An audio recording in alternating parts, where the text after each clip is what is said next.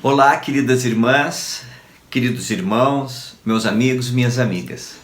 Que alegria estarmos aqui juntos e compartilharmos um pouco sobre o Evangelho de Jesus Cristo. O Evangelho que conforta a nossa alma, que nos dá esperança de vida eterna, que nos traz mais conhecimento do Salvador da nossa vida e permite que nós possamos exercer uma fé mais perfeita no Salvador e que os poderes do céu podem vir até nós. Maravilhoso, não é? Hoje nós vamos estudar 1 Reis, capítulos 17, 18 e 19, fazendo parte deste estudo do Vem e Segue-me. Eu gostaria de mencionar aqui que depois de Salomão, vários reis sucederam e foram reis que não seguiram ao Senhor. E trouxeram então outros deuses, começaram a adorar outros deuses e começaram a fazer coisas que não agradavam ao Senhor. E até que chegou no reinado de Acabe, e Acabe ele acaba se casando com uma mulher que se chamava Jezabel. E essa mulher ela adorava Baal. E ela fez com que os profetas de Deus fossem perseguidos e mortos. E então, nesse cenário histórico, surge o profeta Elias e nós lemos aqui em 1 Reis, capítulo 17, versículo 1. Então Elias, o tesbita, dos moradores de Gileade, disse a Acabe: Vive o Senhor Deus de Israel, perante cuja face estou, que nestes anos nem orvalho nem chuva haverá, senão segundo minha palavra. O povo vivia em iniquidade, o povo não adorava o verdadeiro Deus vivo, seus líderes também não adoravam, antes perseguiam os profetas e os matavam, até que Elias veio, através do poder do sacerdócio, ao poder de Deus, ordenou que não haveria mais nem chuva, nem orvalho, segundo sua palavra. E assim sucedeu.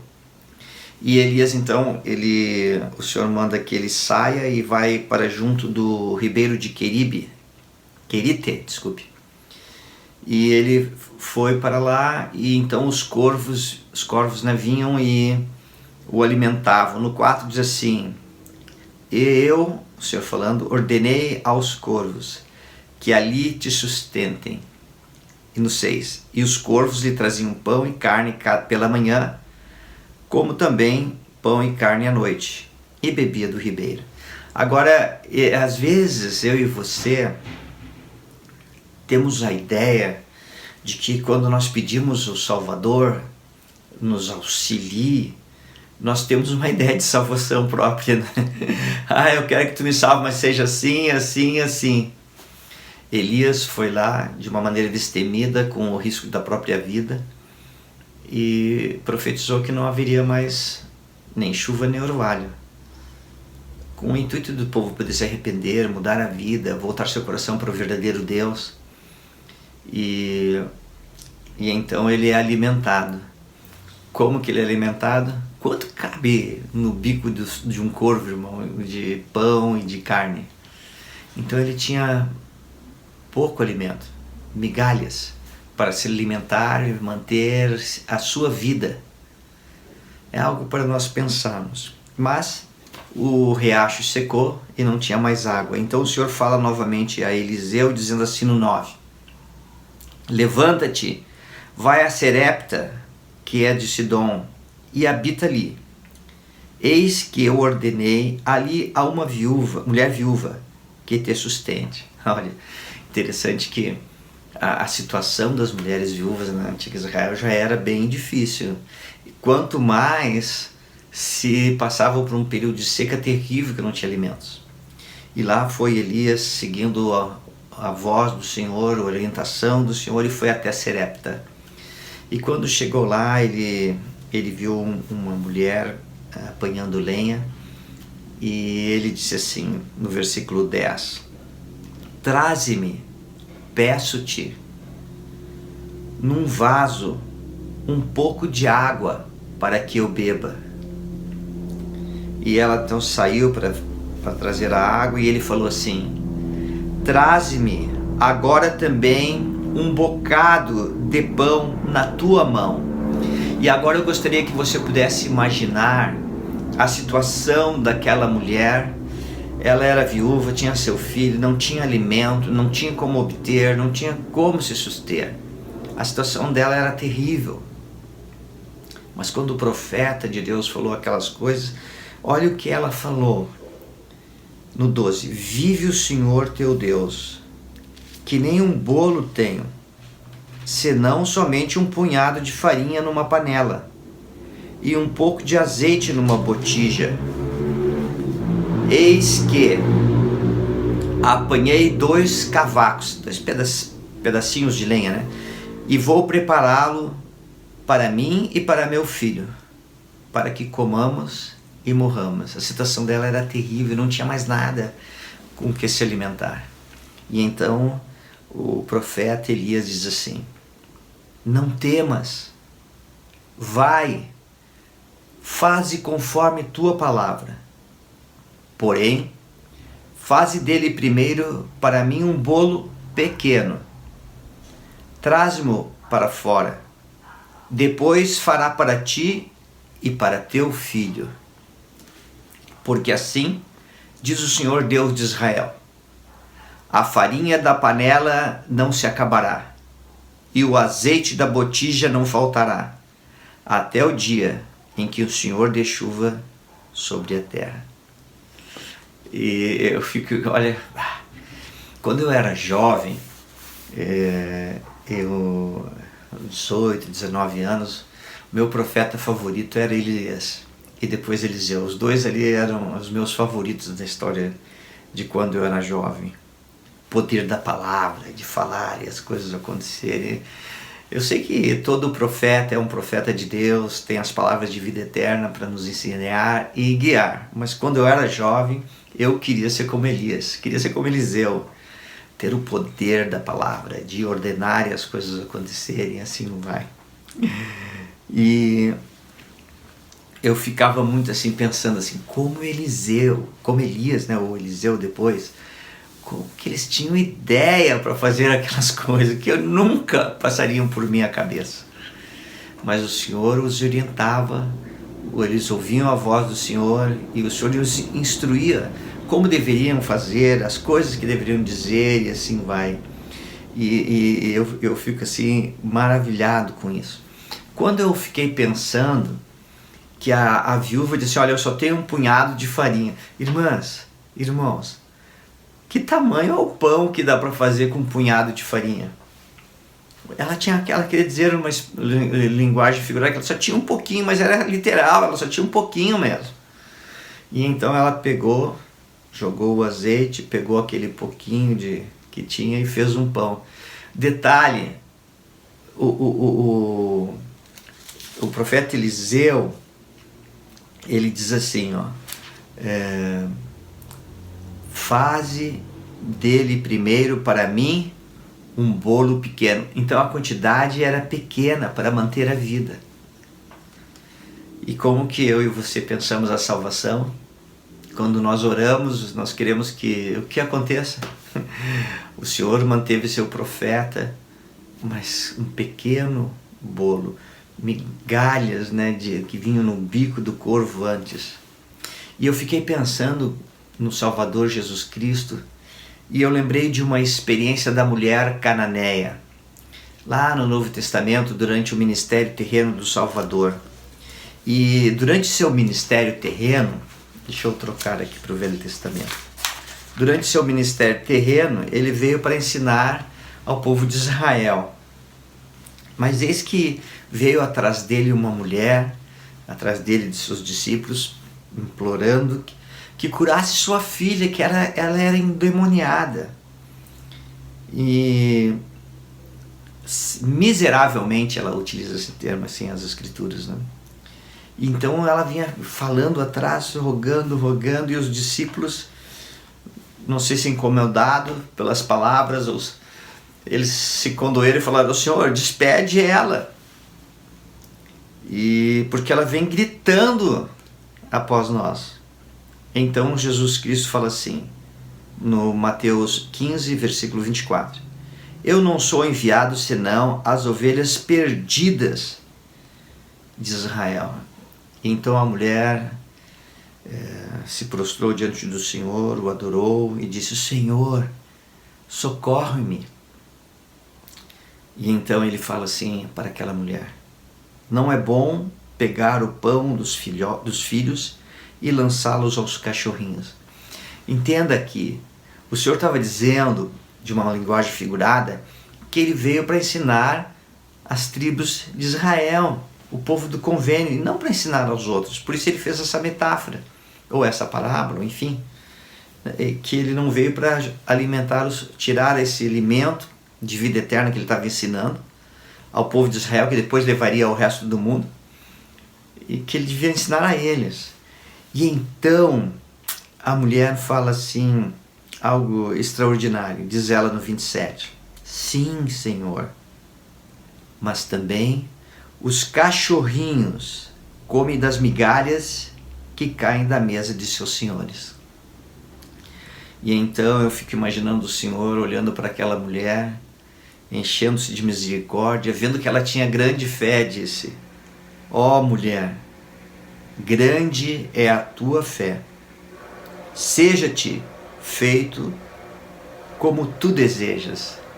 E eu fiquei pensando na experiência de Elias, fiquei pensando na experiência da viúva de Serepta, que ouviu o profeta e deu o primeiro bolo, primeiro aquele pouco alimento que tinha, na verdade tudo que tinha, que dava para fazer um pequeno bolo para aquele profeta de Israel, o profeta Elias.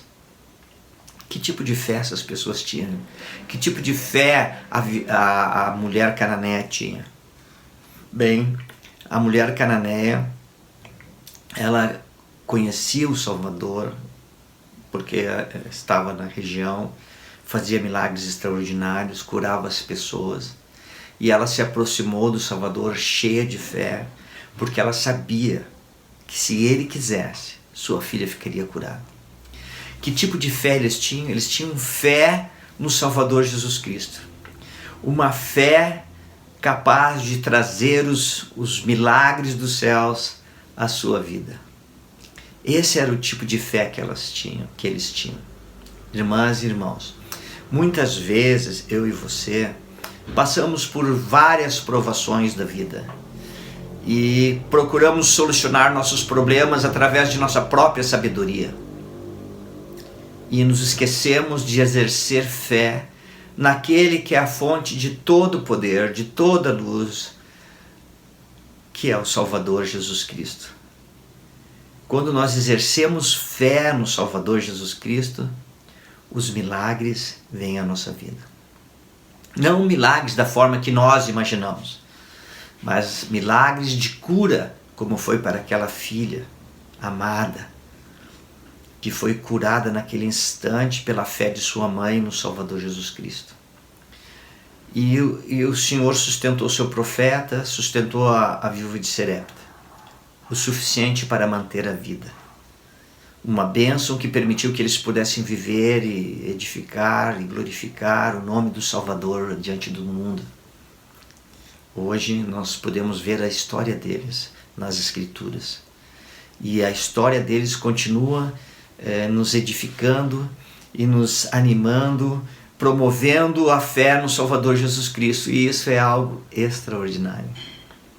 E eu gostaria de convidar você, não importa a situação da sua vida no momento, se achegue ao Salvador com o mesmo tipo de fé da mulher cananeia, o mesmo tipo de fé do profeta Elias, o mesmo tipo de fé da viúva de Serepta.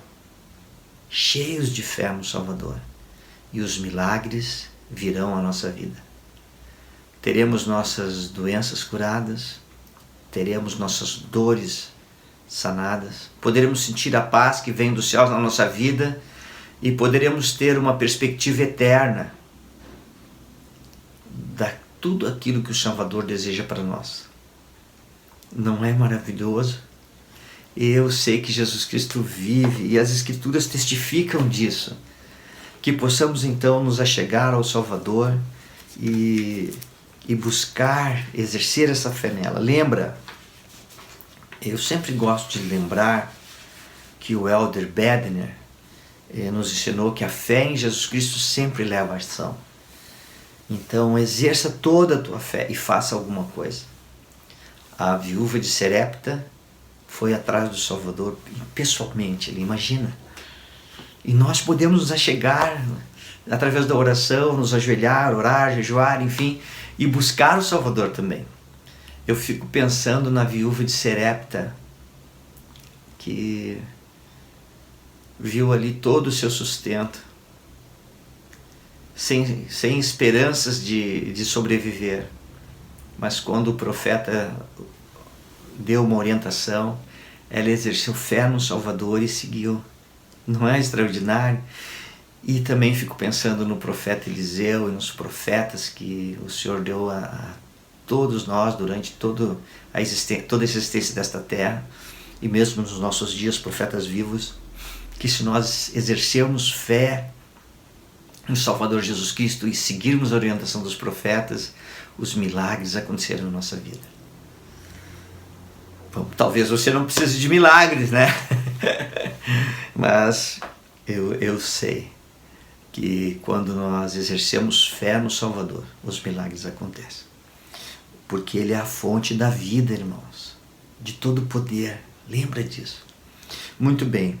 E então, depois de algum tempo, dos céus estarem cerrados e não ter chuva nem orvalho, Acabe mandou procurar o profeta Elias em todos os reinos, fez com que jurasse que ele não estava lá, porque se ele o encontrasse, o mataria.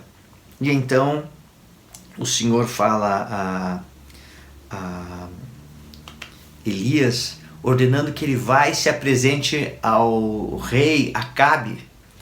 E naquele mesmo momento o rei Acabe estava preocupado porque não tinha mais pasto, não tinha mais alimento para os animais, não tinha mais nada. Então ele chamou seu servo Obadias e ordenou que Obadias fosse para um lado, ele foi para outro à procura de pasto, de alguma coisa que pudesse manter seus animais para que não perdesse. E Elias se encontra com Obadias e Obadias olha para ele e diz assim no capítulo 18, versículo 7: És tu, meu senhor Elias? E eles têm uma pequena conversa e Elias diz que quer que ele vá e chame Acabe. E Obadias fica terrivelmente assustado e eles, olha, como que eu vou fazer isso? O rei Acabe mandou buscar você em tudo que é lugar. E se eu for até ele e por algum motivo o senhor te tirar daqui, Acabe vai me matar. Mas lembra, eu desde pequeno, desde minha mocidade, eu guardei os estatutos do Senhor. E eu escondi 100 dos profetas numa rocha, numa caverna, né? Em dois grupos de 50, e eu os alimentei com pão e água para que tivessem vida.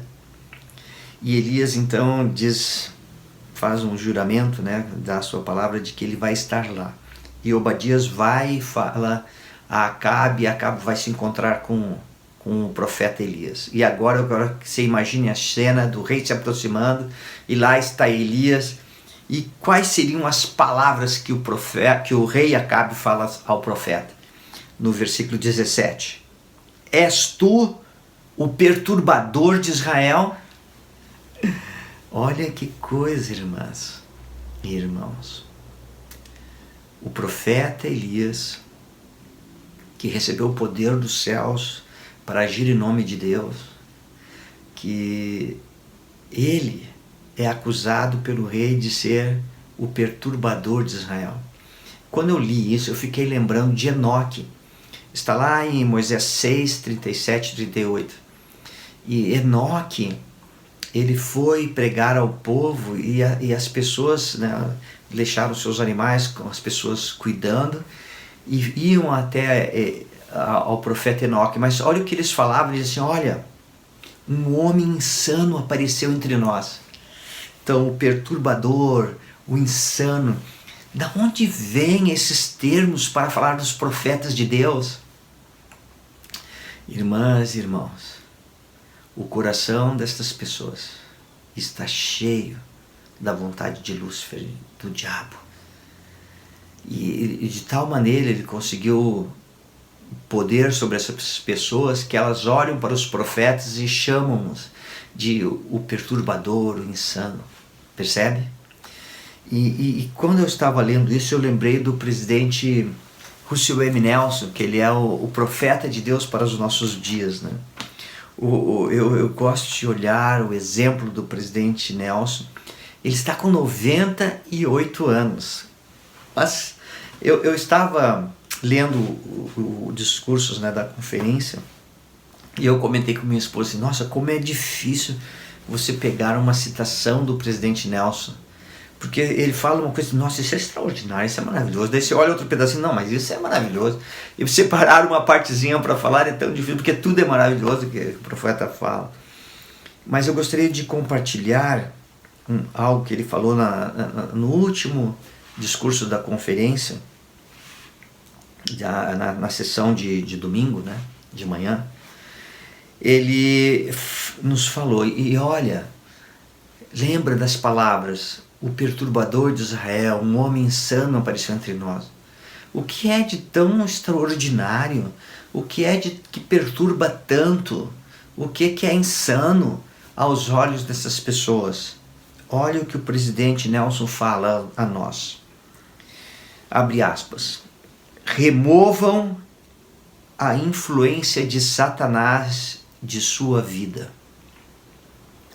Suplico que não o sigam até seu abismo de miséria e angústia sem fim. Só parando aqui um pouquinho, o profeta usa o termo, eu suplico que abandonem o adversário, né? E não o sigam. Continuando. Com assustadora rapidez, um testemunho que não é nutrido diariamente pela boa palavra de Deus pode desmoronar. Portanto, o antídoto para o artifício de Satanás é claro. Precisamos de experiências diárias de adoração ao Senhor e de estudo do Evangelho. Imploro que deixem que Deus prevaleça em sua vida. Deem ao Senhor uma parte justa do seu tempo. Ao fazerem isso, observe o que acontecerá a seu ímpeto espiritual positivo. Fim da citação. O profeta usa termos como suplico, imploro. Irmãs e irmãos, o profeta implora que eu e você possamos permitir que Deus prevaleça em nossa vida. O que tem isso de perturbador e insano? Para o reino de Satanás é perturbador, porque cada vez que uma pessoa se achega ao Salvador Jesus Cristo, ela recebe mais luz, recebe mais influência do Espírito Santo em sua vida, e ela fica no caminho do convênio. Ela segue o caminho que leva à vida eterna. E Satanás é inimigo de você. Ele é inimigo de toda a humanidade. Ele é inimigo de Deus, inimigo de Jesus Cristo.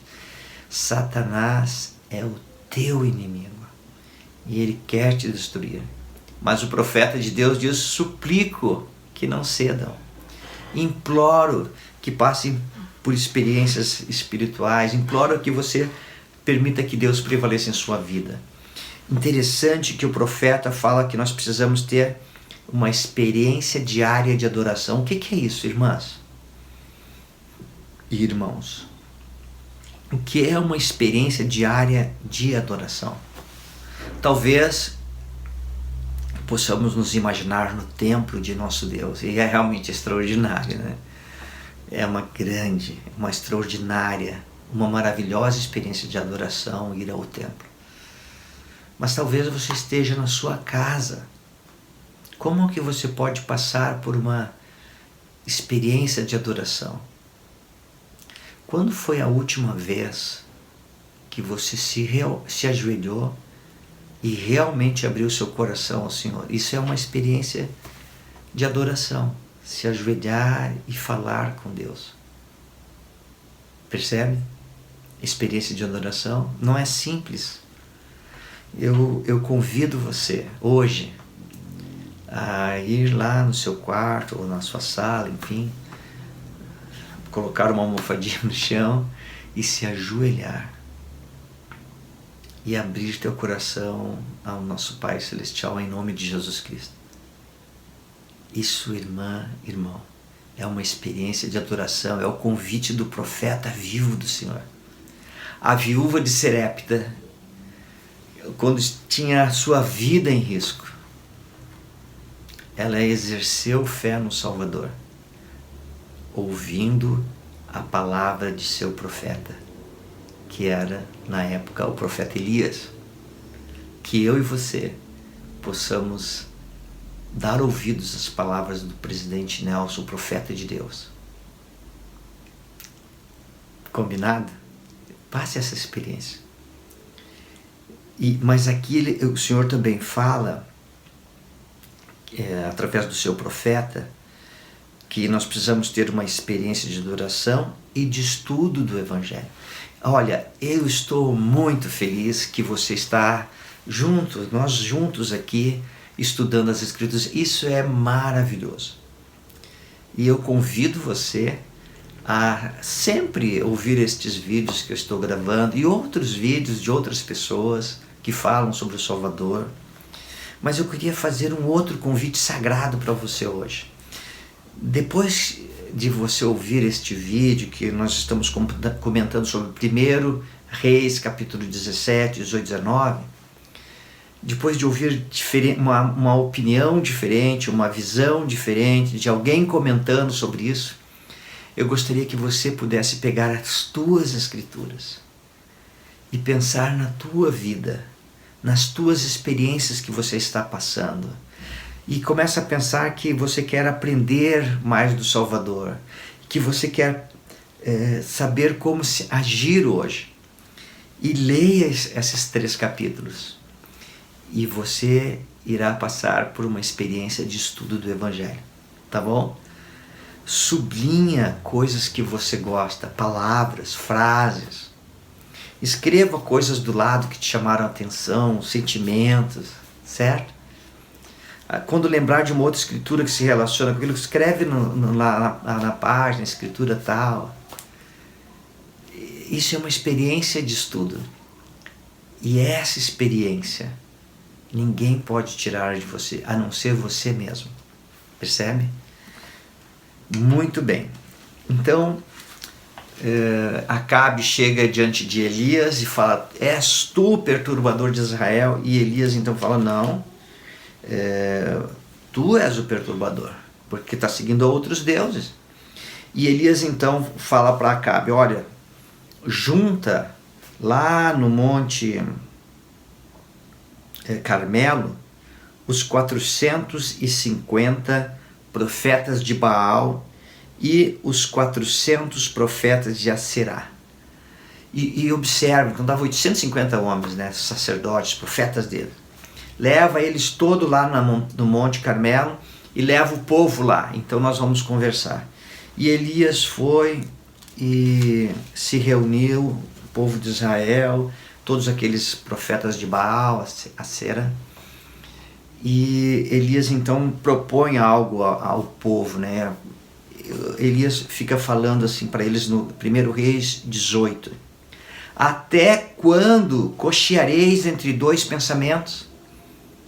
Até quando você vai ficar com esses 2 pensamentos na tua mente? Se Deus é o verdadeiro Deus, segue Ele. Se não, segue Baal. Quem que você acha que é Deus? E ele então propôs o seguinte: antes de comentar isso, os profetas de Baal, eles pegavam um monte, né, um morro pré-determinado, eles colocavam a oferta lá, E então oravam a Baal e fogo surgia daquilo lá. Só que o povo não via que tinha um conduto por baixo que alguém ia lá e ateava fogo. Chame como você quiser, falsidade, o que você quiser, mas é isso que eles faziam. E Elias então mandou que se reunisse no Monte Carmelo, porque naquele monte não tinha nenhum buraco por baixo que alguém pudesse entrar e tocar fogo. E Elias então propôs aquilo que eles faziam e mostravam-se ao povo, dizendo: olha, vamos fazer a seguinte prova. Deixa eu voltar aqui para a escritura.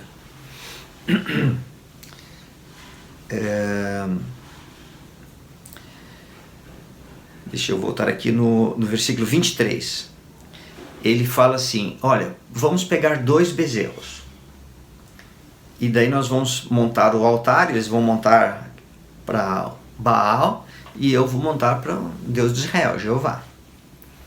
Vou montar o altar, vamos colocar ali o bezerro, né, já morto ali, preparado, né, sobre a lenha, e vamos orar a Deus. O Deus que responder com fogo, esse é o verdadeiro Deus. E o povo achou bom aquilo. E daí Elias falou assim: olha, como vocês têm muitos, eu sou só um, faz primeiro vocês, mais rápido, né? E depois eu faço. E eles então ficaram, prepararam e falavam, e chegou o meio-dia e nada.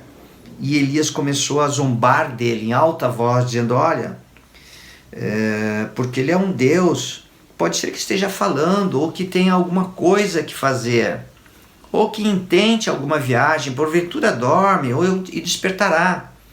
E eles continuaram, eles começaram a se cortar com as setas, até chegar à noite. E então, nada aconteceu. E então no versículo 30 diz assim: chegai-vos a mim. E todo o povo se aproximou dele e restaurou o altar do Senhor que estava quebrado. E Elias tomou 12 pedras, conforme o número das tribos dos filhos de Jacó, ao qual veio a palavra do Senhor, dizendo: Israel será o teu nome. E ele então fez um sulco em volta do altar, pediu que enchesse 4 cântaros de água e jogasse sobre a oferta. Depois ele pediu uma segunda vez que enchesse os 4 cântaros e colocasse sobre a oferta. E pediu uma terceira vez: enche os 4 cântaros, e deixou totalmente encharcado, que a água escorreu e encheu o sulco que estava em volta. E então Elias vai e ora ao Senhor, no versículo 36. Ó Senhor, Deus de Abraão, de Isaque e de Jacó, manifeste-se hoje que tu és Deus em Israel, e que eu sou teu servo, e que conforme a tua palavra fiz todas estas coisas. E o que aconteceu? Veio fogo dos céus que consumiu todo o altar, consumiu as pedras, lambeu a água de todo o sulco. E então todo o povo falou assim no 39: só o Senhor é Deus, só o Senhor é Deus. E irmãs e irmãos, quando eu fico pensando nessa experiência, quantos de nós, né, todos nós na verdade, somos constantemente chamados para um lado ou para o outro? Em que sentido?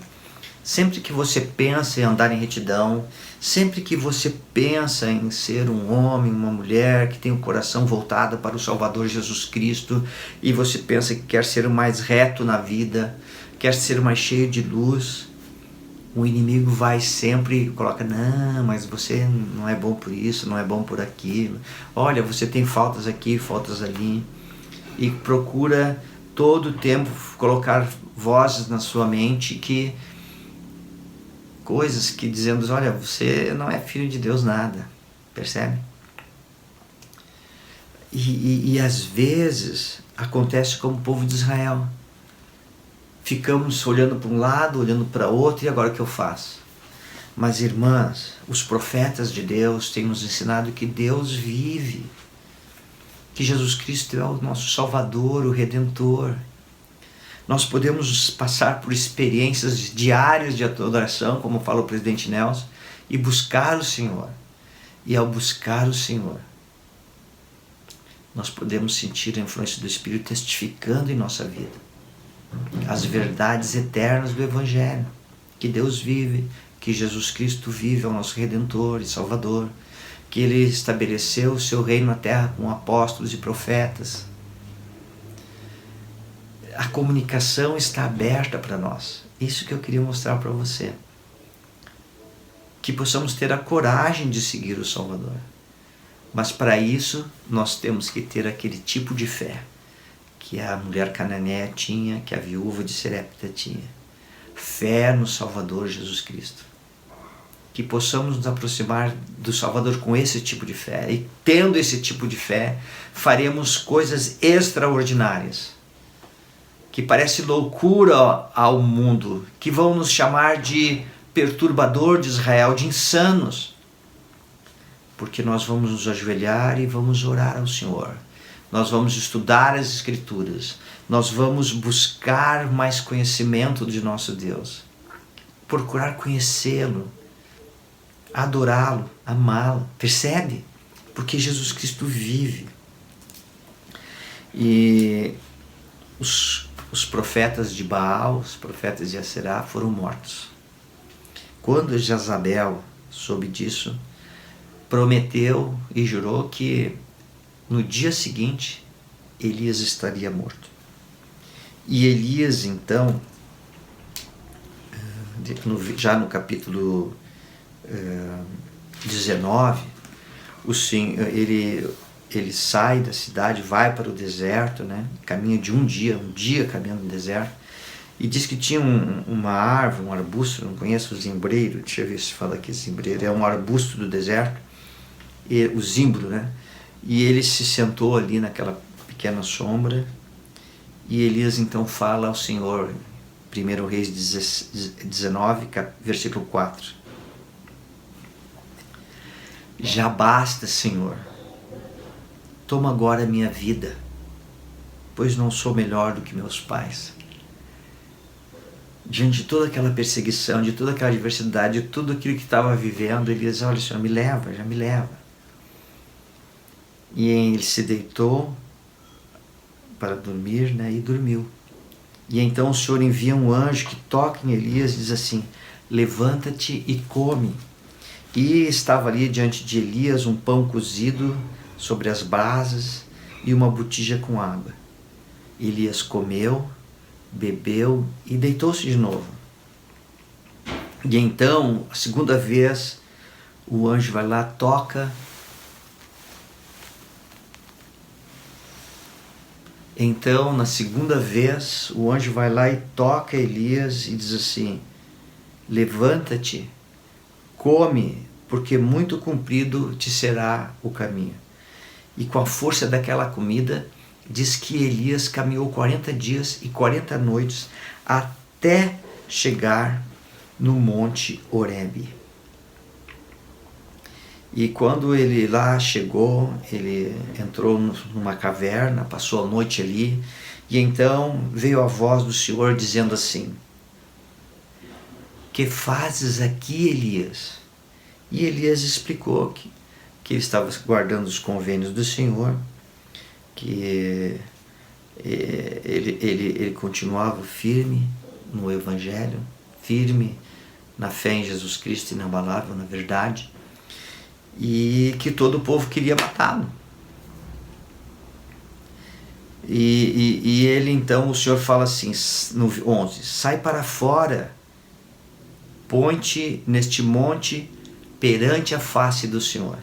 E Elias saiu e disse que o Senhor passava, mas também um vento impetuoso que quebrava as rochas.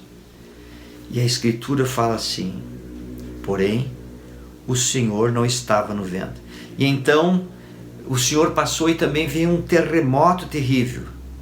Porém, o Senhor não estava no terremoto. E então veio um fogo consumindo tudo. O Senhor passando e um fogo consumindo tudo. Porém, também o Senhor não estava no fogo. E então diz assim: depois do fogo, uma voz mansa e delicada. Queridas irmãs, queridos irmãos, às vezes, ou quase sempre, o mundo procura essa paz que vem de Deus, que nem João 14, 27, deixo-vos a paz, a minha paz vos dou, não vou-la dou como o mundo a dá, não se turbe o vosso coração, nem se atemorize. Às vezes nós buscamos essa paz do Senhor no vento que consome as rochas, nos terremotos que tudo destrói, no fogo que tudo queima. Mas a voz do Senhor é uma voz mansa e delicada que vem até o nosso coração e a nossa mente. Convido a todos nós, eu inclusive, que possamos dar ouvidos às palavras do profeta de Deus, o presidente Nelson, de nos achegarmos ao Salvador Jesus Cristo, que é a fonte da retidão, da verdade. Ele é o caminho. E que possamos fazer as coisas que Ele tem dito, ensinado, de resistir ao adversário, não ceder, de buscar o Senhor, de permitir que Deus prevaleça em nossa vida, de procurarmos passar experiências diárias de adoração e possamos estudar as Escrituras e conhecer mais o Senhor. Queridas irmãs, queridos irmãos, esta é a mensagem que eu trago para você hoje. Agora vai lá, lê 1 Reis 17, 18, 19 e procura ver o que o Senhor está te ensinando. Sublinha, marque coisas, tá bom? Tchau, cuide-se, seja feliz.